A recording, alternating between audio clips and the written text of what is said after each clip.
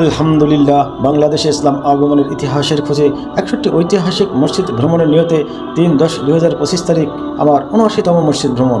ময়মনসিংহ বিভাগের জামালপুর জেলার অন্তর্গত দেওয়ানগঞ্জ উপজেলার চিকাজানি ইউনিয়নে অবস্থিত চিকাজানি প্রাচীন জামে মসজিদ।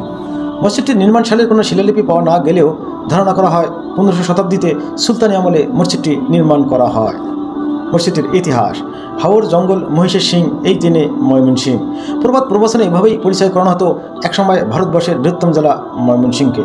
ঐতিহাসিকগণ একমত পোষণ করেন যে বৃহত্তর ঢাকা ও ময়মনসিংহ জেলা নিয়ে গঠিত ছিল প্রাচীন বঙ্গরাজ্য। ঐতিহাসিক ঘটনাবলী থেকে আরও জানা যায়, ব্রিটিশদের আগমনের আগে দেওয়ান শাহ জামাল ও দেওয়ান শাহ জালাল নামে দুজন সাধক এই অঞ্চলে এসে ধর্ম প্রচার করেন। তাদের নামানুসারে এই অঞ্চলের নামকরণ দেওয়ানগঞ্জ হয়েছে বলে মনে করা হয়। ময়মনসিংহ বিভাগের জামালপুর জেলার দেওয়ানগঞ্জ উপজেলার চিকাজানি ইউনিয়নে অবস্থিত প্রায় 600 বছরের পুরনো এক গম্বুজ বিশিষ্ট ঐতিহ্যবাহী চিকাজানি মসজিদ কালের সাক্ষী হয়ে আজও দাঁড়িয়ে আছে। ঐতিহ্যবাহী প্রাচীনতম মসজিদটি স্থানীয়ভাবে চিকাজানি প্রাচীন মসজিদ নামেও পরিচিত। তবে কেউ কেউ এই মসজিদটিকে আজগবি মসজিদ নামেও চিনে থাকে। ধারণা করা হয় খানজান আলী রহমতুল্লাহের অনুসারীরা 15শো শতাব্দীর শেষের দিকে এই অঞ্চলে ধর্ম প্রচারের জন্য আগমন করেন। সে সময় তারা খরস্রোতা চন্দ্রা নদীর চন্দনপুরা ঘাটে বসতি স্থাপন করেন। তারা খানজান আলী রহমতুল্লাহর মাজারের নকশার আদলে মসজিদটি স্থাপন করেন।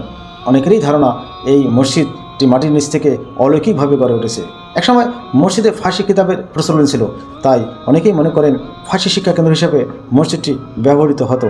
চিকাজানির এই প্রাচীন মসজিদ সম্পর্কে আরও এক বর্ণনা জানা যায়, রাজখুরিয়া গেন্দা নামে এই অঞ্চলে একজন ভূস্বামী ছিলেন। তিনি একজন মুসলিম সাধক ফকিরের আধ্যাত্মিকতায় মুগ্ধ হয়ে সপরিবার ইসলাম ধর্ম গ্রহণ করেন।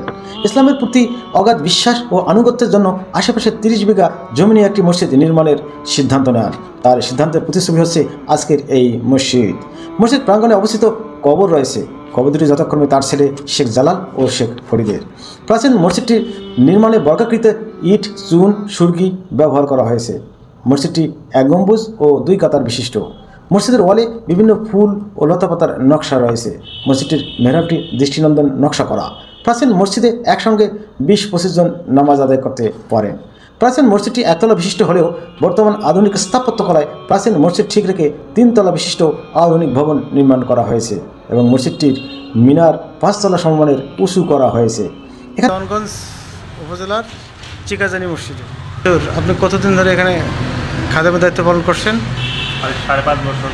5.5 বছর। এখানে প্রতি জুম্মার দিন কীরকম মুসল্লি আসে? 600 থেকে 700। অনেক প্রাচীন মসজিদ, হোসেন শাহ আমলের মসজিদ।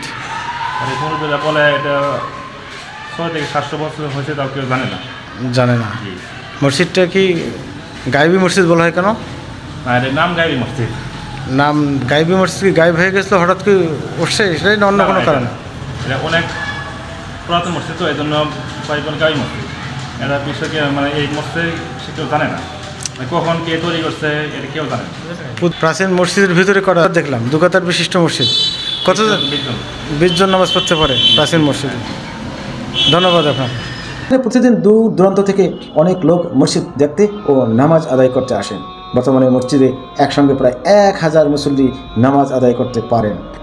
মসজিদটি বাহাদুরাবাদ ঘাটে যাওয়ার প্রধান সড়কের পাশে অবস্থিত। ব্যাপক প্রচার পেলে মসজিদটি শুধু জামালপুর নয়, গোটা ময়মনসিংহ বিভাগের প্রত্ন পর্যটনের অন্যতম আকর্ষণীয় নিদর্শন হিসেবে পরিচিতি লাভ করতে পারে নিঃসন্দেহে।